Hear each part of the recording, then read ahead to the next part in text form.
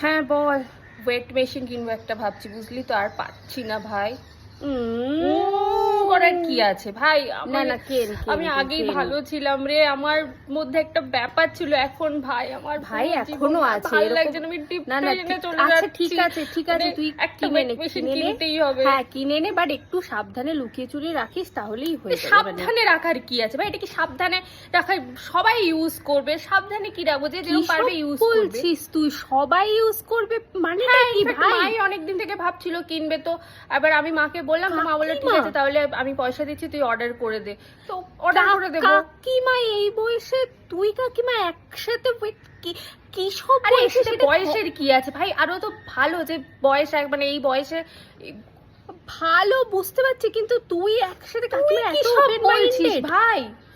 আরে আমি সেটা কাকিমা এত second। ওপেন মাইন্ডেড মানে ভাই আমি ওয়েট মেশিন মানে ওজন মাপার মেশিনের কথা বলেছি আমি। ছি মানে আচ্ছা আমি ওটাই বলছি,